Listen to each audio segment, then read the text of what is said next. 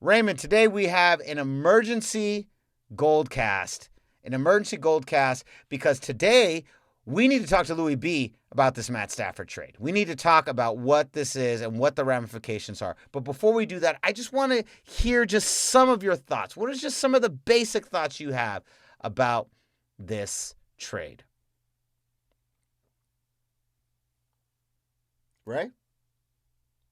Oh, look at that. He's not here. I guess he doesn't give a shit. This is the GoldCast. Boom! Welcome to another edition of the GoldCast. We are the voice of the Bay. I'm your host, Rudy III, and with me is my esteemed LA co-host, back for some emergency podcast-ish. What's up, Lewie B in the house? What's up, buddy? How you doing? Man, I'm good, man. I'm stoked. I'm pumped up, man. I bet you are.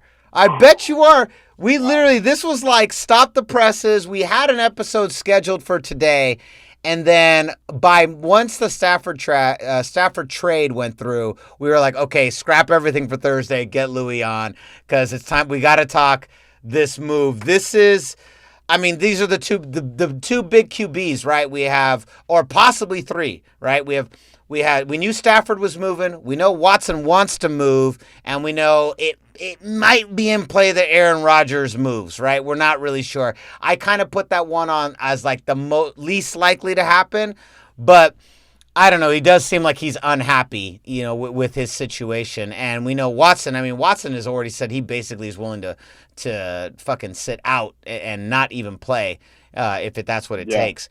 But we knew Stafford was moving. The Niners kept getting linked to this whole trade, and I kept telling you, and I kept saying on our group thread, it's not happening. The Niners aren't interested. Even on the day that the trade went through, the Niners were like, it's not us. We are not. Like Lynch came out and said, this is not. We have nothing to do with this. And then boom, out of nowhere, the Rams make this move. You were with me the day that Jimmy G was traded to the 49ers. You were there we were in San Francisco together, the infamous Halloween boat party weekend. You were there.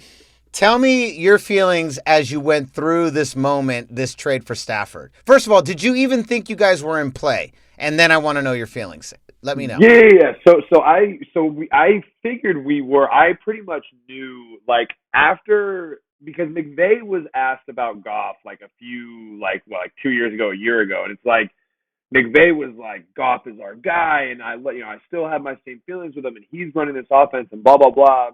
And then this offseason, like 2 weeks ago, probably a week ago, they're asking Les Snead and Sean McVay, and both of them are like, everyone's future is in play right now. Like, they were very, very hesitant to say anything about Goff, and I'm like, okay, well, that says a lot. McVay usually says what he's kind of feeling. I'm like, okay, that pretty much shows it. I think Goff's on his way out. I knew that we wouldn't get Watson because we don't have the draft capital for it, because we don't believe in first-round picks in Los Angeles. And, we're not going to trade someone like Aaron Donald or something. So, I pretty much knew we weren't going to get Watson. Also, you got to factor in, people, if we trade Goff, we need whatever team is taking Goff on knows that they have to take that contract on. So that's also a huge factor in it. It's like the team that takes Goff on needs to take on that contract, which is why I think the price is so steep on our end to give away those first-round picks, because it's like no one's going to take the contract on. But I was really stoked. I didn't know we'd get Stafford. I knew McVay liked him, but I wasn't expecting it. I was at work when it happened, so I'm at work, and I'm we're busy as hell. It's our second night, so we're just slammed, and I'm in the middle of drinks, and one of my regulars came up and goes, "Hey, have you checked your phone?" I was like, "No." And he's like, "Dude, they moved Goff." And I was like, "What?" I was like, "For who? Who'd they go to?" And he said Stafford, and I exploded. And of course, the next 30 minutes, I couldn't breathe. I kept trying to get to my phone, but we were so busy I couldn't.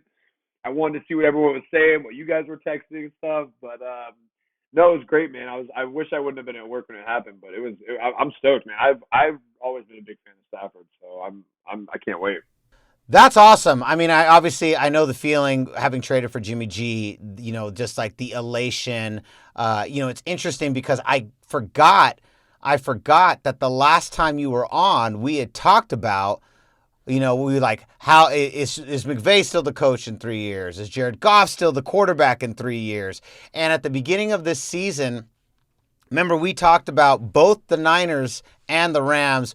If both teams stayed healthy, they were basically going to live and die by the performances of Jimmy G and Jared Goff. Jimmy G got injured again.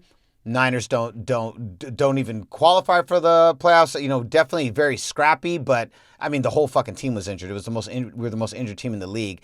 And then the Rams kind of lived and died by Goff, who seemed like he really regressed. I don't know if let's talk about that really fast. Do you feel that Goff regressed, or do you feel that he just? I mean, I almost feel like it's like Goff. Yes, Goff regressed, but also I felt like the Rams outgrew him at the same time. So what are your thoughts on Goff this season?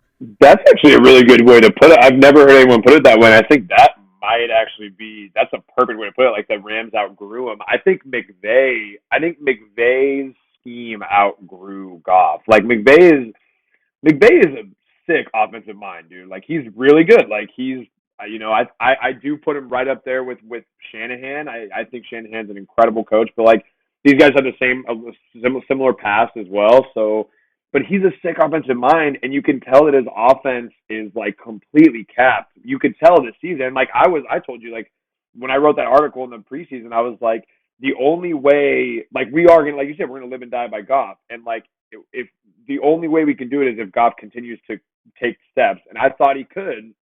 I think he's just capped the offense, though. I think the offense literally couldn't keep growing with him, with his ability. And I don't know if it was like a mental thing. Like we talked about it, you told me, you said like it might be like a confidence thing. Like he keeps hearing all the talk in LA about how he's not the guy. Maybe that took its toll. Because yeah, man, like I don't know. And then maybe it's like, well, maybe 2017 and 2018 were like the outliers. Maybe what we've seen in his rookie year and then last year and this year is who Jared Goff is. Maybe, I don't know. You know what I mean? It's tough, but yeah, I think it's a really good way to put it. I think the offense just outgrew him, man. I think so too. It's the I'm a big defender of Jimmy G. Mainly because I haven't seen him, in a year, so I'm not really sure. I can only go by his last season. He played a Super Bowl, and I thought he did pretty good that year. But the one argument that I really haven't been able to counter argue is Steve Young's argument. And Steve Young was like, at some point, Shanahan is going to want a quarterback that can execute everything rattling around in his brain.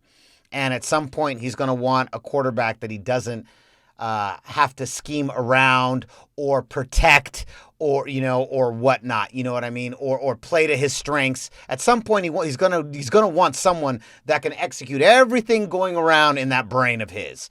And I was like, man, I can't really argue that. Like that. Yeah, okay. Like that's fair. That's totally fair. Like I get that. And I feel like McVay, that kind of finally happened for McVay, right? Like he kind of got to that point where he's like, all right, Stafford can definitely execute way more of what I want to pull off than Goff. You know what I mean? Like Goff can no longer do it, but it just kind of looked like Goff was snake bit. I mean, like, throwing in the playoffs, throwing passes at people's feet. It's like, come on, bro, you're better than this. Like this is not, I don't know what's going on. And, I saw that we both were in that same group thread, and we saw that he was talking about, I'm just kind of wondering when they soured on me. I'm like, well, maybe when you started throwing passes at people's feet, maybe that was the moment. Maybe when you decided that their feet were more important than their hands, that was the moment that you lost your job. Yeah, maybe when you literally, against Seattle, not in the playoffs, in the regular season, when you were rolling to your right and you had 10 yards of open grass and you could have just ran and you kept rolling and you kept rolling and kept rolling and you got to the line of scrimmage and then you just threw the ball 30 yards over Robert Woods' head into the Seattle defender's hands. Maybe that's when McVay was like, let's get rid of this fucking guy. I think it's time. I think it's time, dude. That's not how football works. Dude, it's unreal. And that's watching Goff this year is where, and like I told you in the group thread, like that's where I think I started hitting my breaking point with him in that Seattle game when we went to Seattle in the regular season, where he, like his mobility, it was like watching Eli Manning run. It was painful. I was like, bro, Go, like just go. What is taking so long? And I'm not that Matthew Stafford is like, a mobile quarterback, but he can at least get out of trouble. He can scramble. And if he needs to pick up 5 yards, he can pick up 5 yards. He's quick enough to do that. He's not this statue that Goff has become. And yeah, like you said, I think he has the arm. He clearly Matthew Stafford has one, I'd say top 10 arm in the NFL. He can put the ball in really tight windows and he can launch that thing down the field. So it's like that right there already opens up the offense that McVay, I'm assuming, wants to execute. So. Yeah, I think so. I mean, he's definitely an upgrade from Goff, no question. My concern, and the reason I wasn't really high on him coming to the Niners, is his age and his durability. Like, I half jokingly said this to you in the thread, but I'm like, well, what happens in week 5 when he gets fucking rocked by like Nick Bosa and he's out for 7 weeks, like, or his back is all screwed up. Like, that's to me, and that's like, we talked about that, like on 49ers Twitter and all over, just like all my Niners friends. Like when this was possible, like when the Niners were, I don't think the Niners were ever really in talks for Stafford. Like, I really don't. I honestly don't. I don't think, like, everything I read, everything I saw, it just like this rumor that like this random guy that was on, like some writer for Sports Illustrated is like, oh, the Niners are in talks for Kirk Cousins. And I was like, what? And then even Schefter came out and was like, the Niners aren't in talks for Kirk Cousins. And I was like, thank you. I'm going to trust Schefter, like random guy, like, oh, really? Like, you have the pulse on San Francisco? Like, you live in like Michigan. Like, how the hell do you know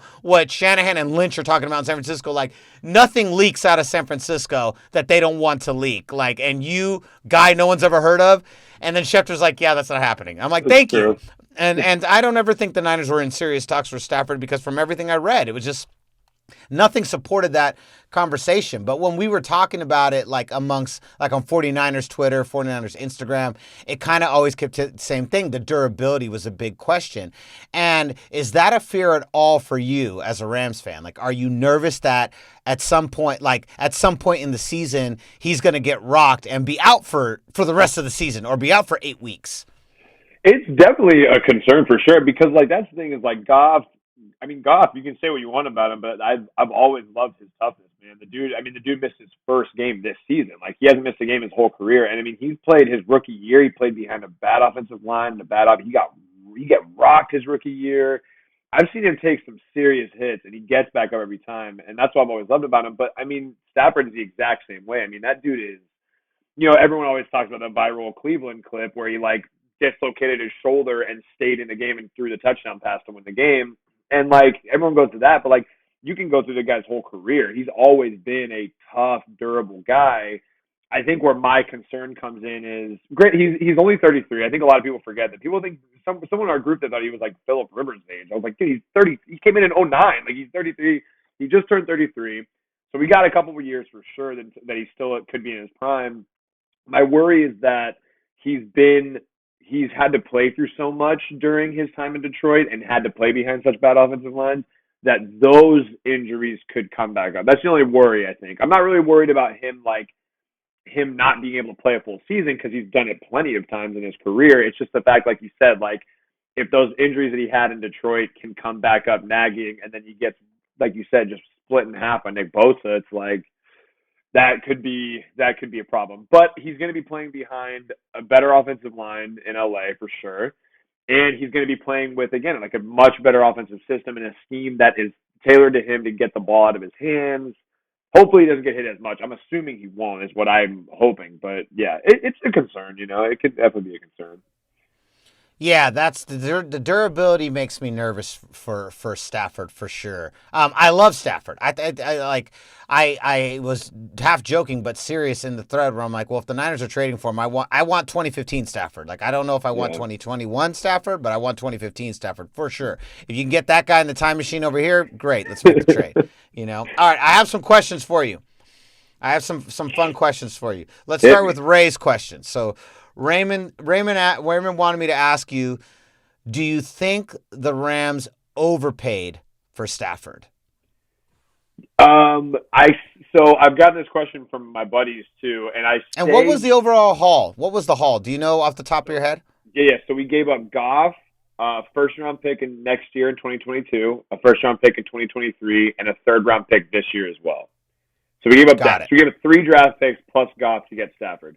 If Goff was still in his rookie contract and we made that trade, I would probably think that we overpaid for Stafford, especially because he just turned 33. But like we were talking about before this, no one wanted to take the Goff contract on.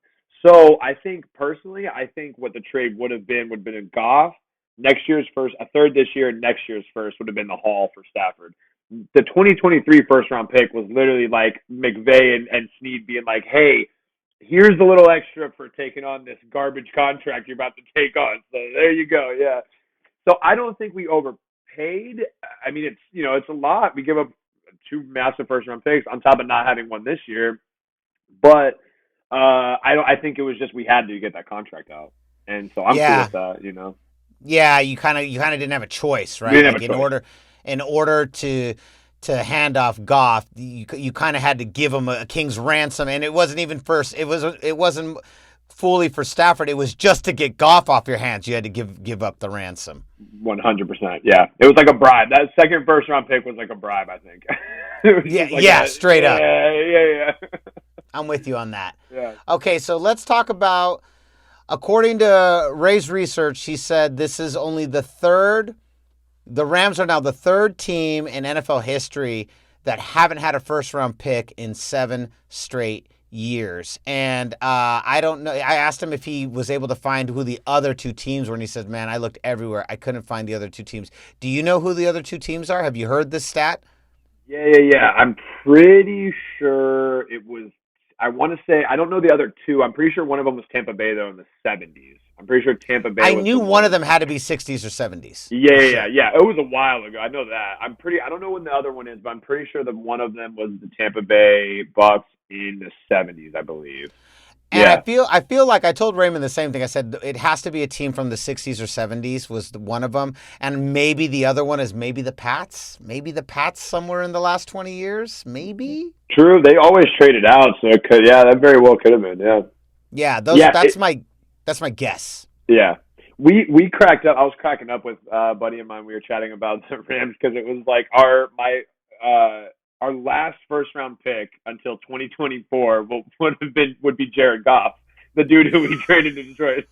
He was our last first round pick in 2016. Oh my God. I didn't even think about that. Yeah. He was our last first round pick. Wow. Crazy. He wasn't he? 2016. Wow. Yeah. Okay, so I'm going to go through this. So Les Snead, your GM. Yeah. He took over in 2012, right? Yes. Sounds about right. And you guys, that was the last time you had a first round pick, right? It was 2012? No. 2016 was our last first round pick because that was Goff. Because what Ray was saying is we're gonna go by the time it ends, it will be 7 years. Yeah, it'll be 2017 through 2023. We won't have a first round pick. Okay, got it. Okay, that makes perfect sense. That makes perfect sense. Okay, so 2016 was the last one. So since he's taken over, now you had Fisher for half this time, but since Les Snead has taken over, 2012, you were third in the NFC West, fourth, third, first in 2017, first in 2018, third, then second. Right. So, and then since McVay's taken over, twice you were first. You were first in 17, 18, and then third, and then second.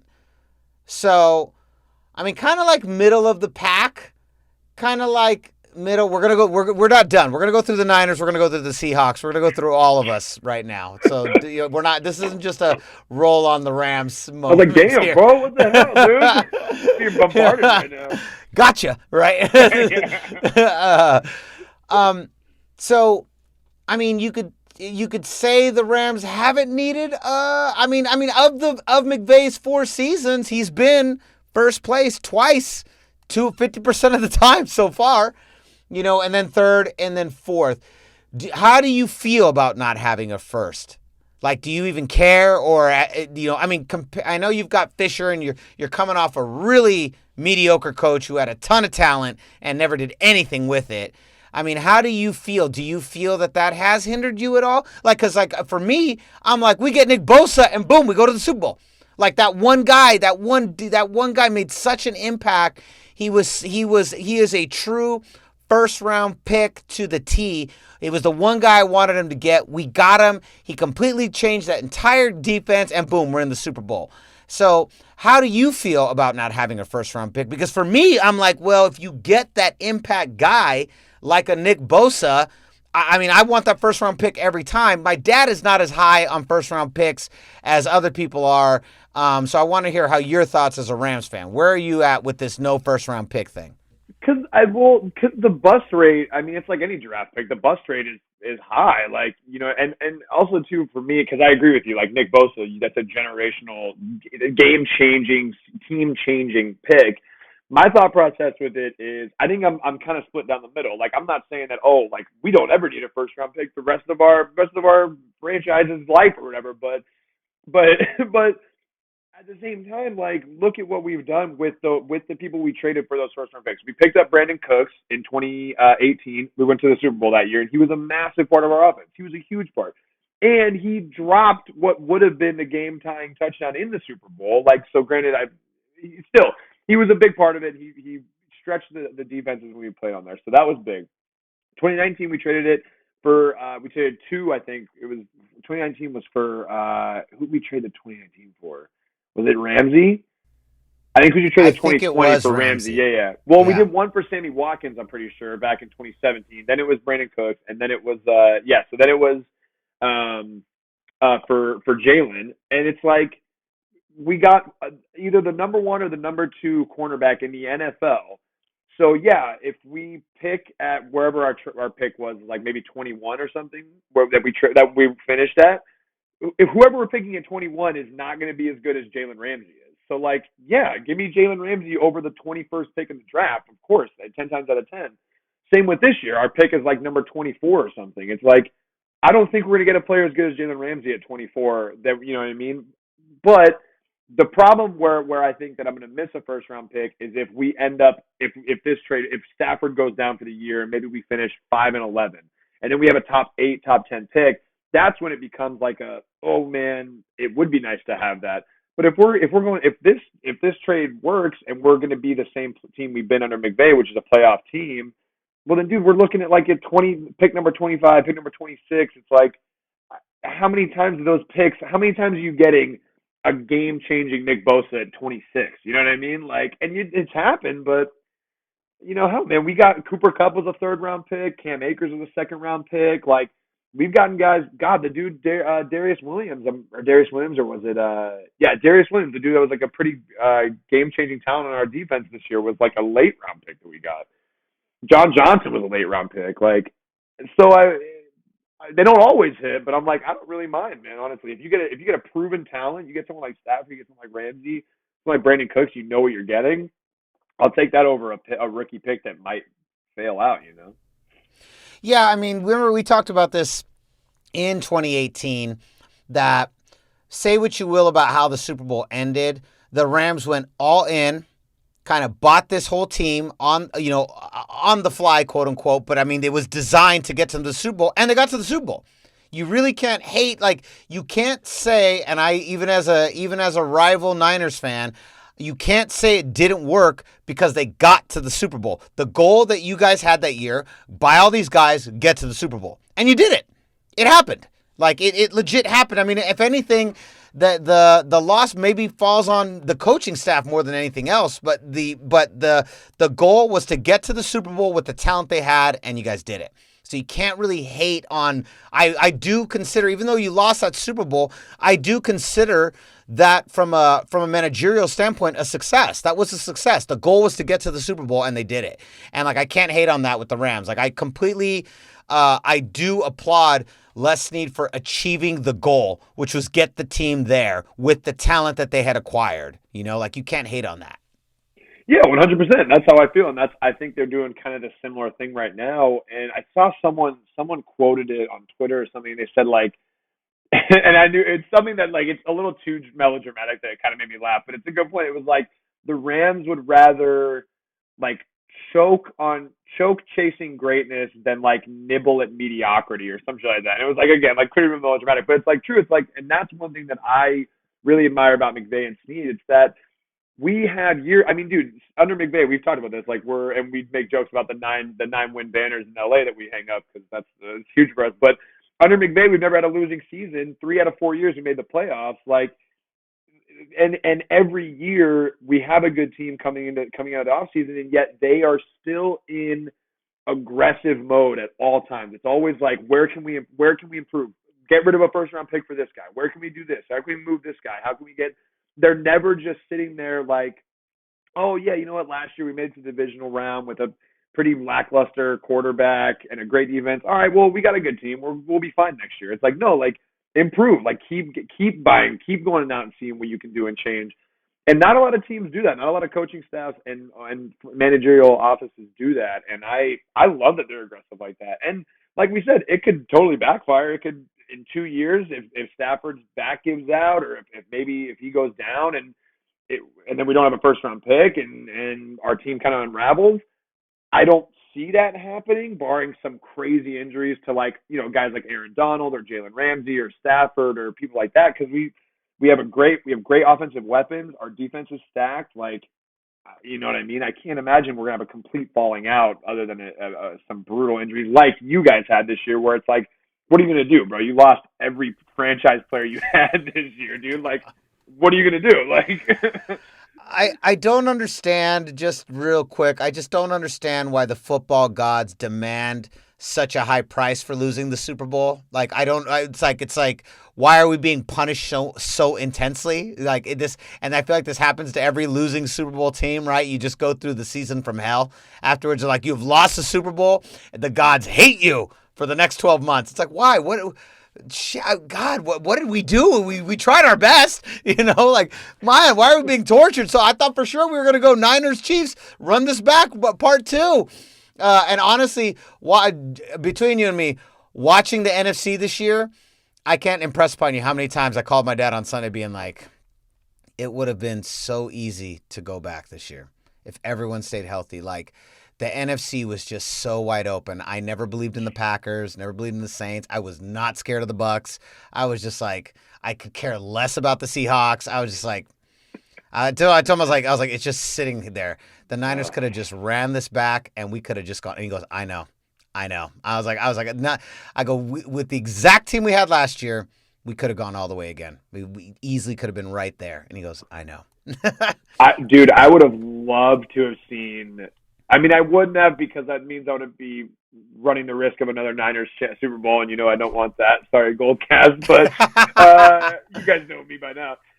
But I would have loved to have seen, from a football standpoint, an NFC Championship with Brady going against the Niners defense, a healthy Niners defense, like Bosa and all those guys against Brady. Jimmy G versus Brady. Jimmy G versus Brady. That whole thing. Dude, it would have been super sick. And you guys really would. I mean, if you guys are healthy, again, we are some of the Super Bowl hangover, so you can never be sure. But like with a guy like Shanahan, I didn't see that affecting him or his coaching ability. Like, and you could tell you guys you guys were feisty all year for a team that lost everybody. Everybody.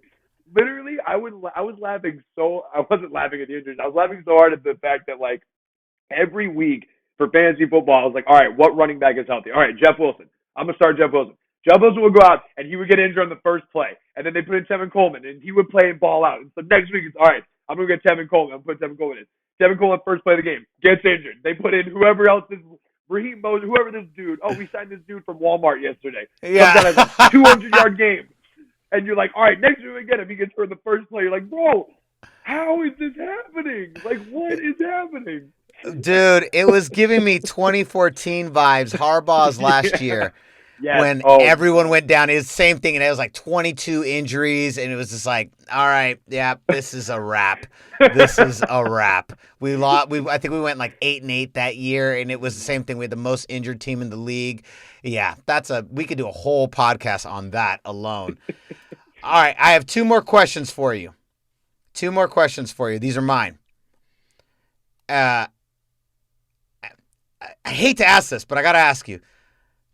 Do the Niners have the worst quarterback in the West now? Yes, absolutely. I think so. Do we? Russell's number one. Russell's got to be number one. We got to be honest. Russell's the best quarterback in the NFC West. Ooh, I haven't ranked these guys yet. I know, I haven't either. This is the first time we're doing it. Yeah, how do you rank these guys? Do you go, a talent standpoint, Kyler from a talent standpoint alone, I think deserves to be up there in the number two to category, like potentially at number two. Talent-wise, that dude is incredible, man. So, okay, I'll say this. As far as a ceiling, maybe two. If we're going like proven ability, Stafford goes two, right? Like it's kind of, it just depends on what you value more, the potential versus what's already been done. I would probably put Stafford at two. I personally, because he's proven it. And Kyler Murray, I mean, I don't even know what he looks like. I've never seen him above the center. I have no idea. The guy could rob me blind. I wouldn't know what he looks like. I'm just kidding. I feel really bad. I'm short. Like, I don't even know what I'm talking about. I know what I'm talking about. I'm short. I can make fun of short guys because I'm a short guy. Absolutely. And so I have the ability. I have the right to make fun of short people. I can't say it. I'm 6 foot. I can't talk about it. It's rude. That's out of my lane. It's mean. It's harsh. There's no reason. You have no excuse. But you can say whatever the hell you want for sure. I'm a little guy. You and Tyler are the same height. You guys are we are. That's why I've never seen him. I can't see other people my own height. We're too short. Like we can't see each other. Like, they'll never know what I look like either. You're like that short. It's just like you just don't see the person. Oh my god. So yeah. So do the Niners? Are we the fourth QB? Oh man. You want to know why I'm going to put Jimmy G at number 4 is because I haven't seen the guy. The same thing as you with Kyler. I don't see him, bro.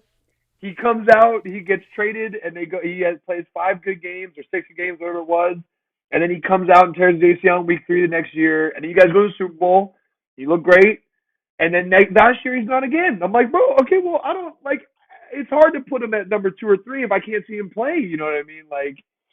So I think I would put him at 4 because if you were to ask me like who would you want as your quarterback for the Rams, I think I would list them in that order. I think I might put Kyler at number 2, but if I'm looking at proven like you said, proven stats, proven quarterback in the NFL, I think I'm going Russ, Matt, and then Kyler and then Jimmy G. Yeah, you might be right. Now here's the next question. Give it to me. Do you think this trade alone put the Niners into a more aggressive mode to try and get Watson? Yeah, absolutely. Yeah, I think so. Do you believe that? I think 100%. I think so. I do. Yeah.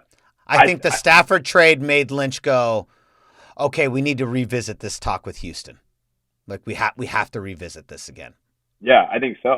Because I think it was like we pulled the first trigger of like, again, because Jared Goff and Jimmy G had these similarities that we've been talking about of like just guys that we're going to live and die by them. Obviously, Goff, it wasn't injuries. Jimmy G, it has been injuries. But I think with us pulling the trigger and being like, we're not just going to wait around and hope Goff improves. We're done. We're moving on. We're grabbing the guy that's like that we know is a great quarterback in the NFL. I think for sure that intensified because, like you just said, now Jimmy G is probably the worst quarterback in the NFC West. So it's like I think Shanahan and Lynch see that and they're probably like, well, we better do something. Yeah, I think so. Man. I really do. Like if we get Watson, it's a direct result of the Stafford trade. Yeah. Definitely. And then I might be upset actually that we made the trade then if you guys get if you guys get Watson, bro, I might not watch the season. I might not watch the season. If we get Watson, I think you and I can both agree it's because of the Stafford trade. And is there a more Rams moment is there anything more Rams than us getting Deshaun Watson because you traded for Stafford? Shooting ourselves in the head, bro. Like by pulling the trigger on the trade, we literally pulled it on ourselves. Oh, it would be the most Rams thing. It would be the most Rams thing, bro. It would be. I feel like that's the most Rams God. thing of all time. Like that would be the most Rams thing is that the Niners get Watson because the Rams got Stafford. It's actually the Rams' fault. It's your fault we get the best quarterback available in the league.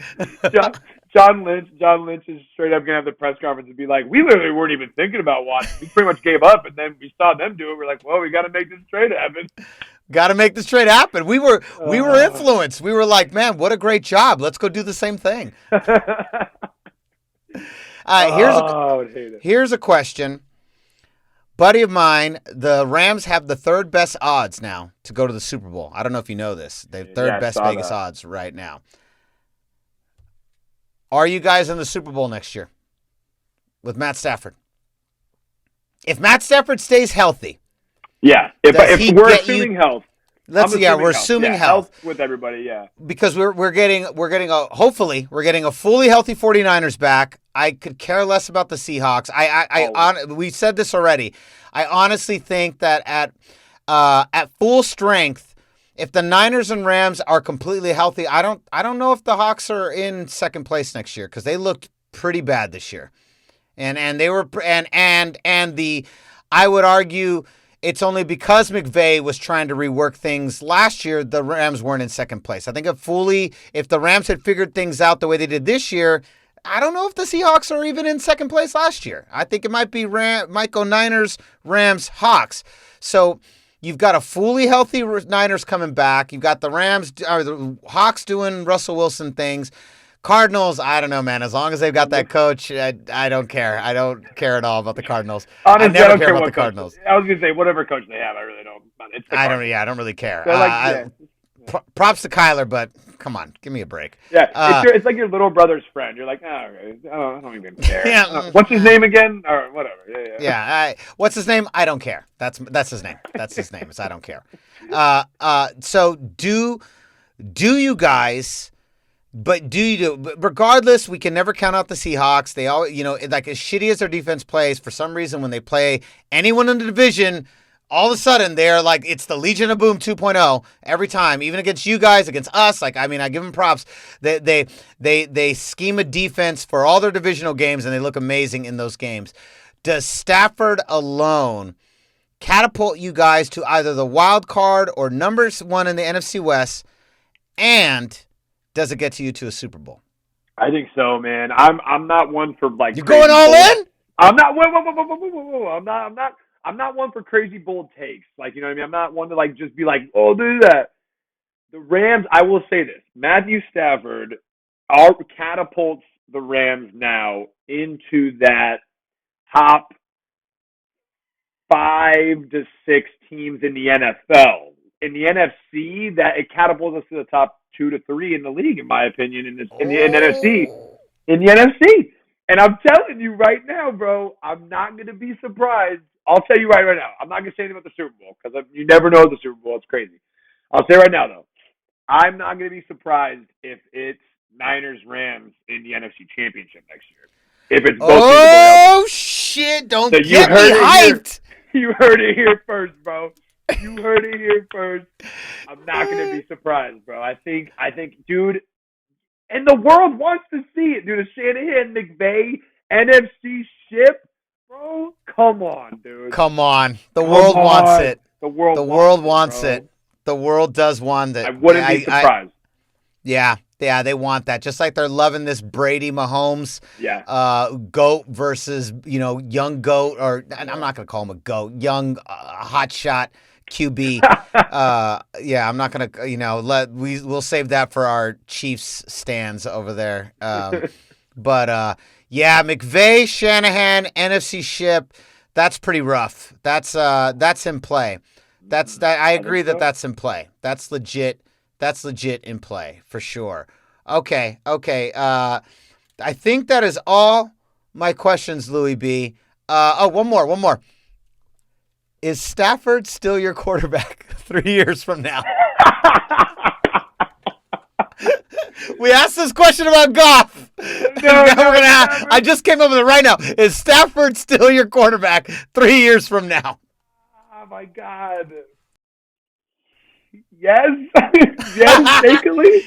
Even Yes. you don't believe it. Even, No, I'll tell you, I there's don't. no way he's your quarterback in 3 years. There's no way. I don't believe it. I think we get 2021. I think we get 2022, and I think we get 2023. Like half a season? 3 years, but 3 years from today. So February of 2024? No. February 2024, he ain't gonna be a quarterback. That'll be our first year with the first. That'll be our first year with the first round pick, and we're gonna be like all in on a quarterback. You'll be back on the show. Big. How do you feel about so and so from Alabama? He's now your quarterback. And then at the end of that episode, I'll be like, "Is he your quarterback 3 years from now?" McVay will still be there. I know that. I'm very confident McVay now for sure, dude. I think so too. I think him and Shanahan are both going to be here for a decade. It's going to be horrific for both of us. It'll be torture constantly. It will be. It will be torture for sure. My God. It will be.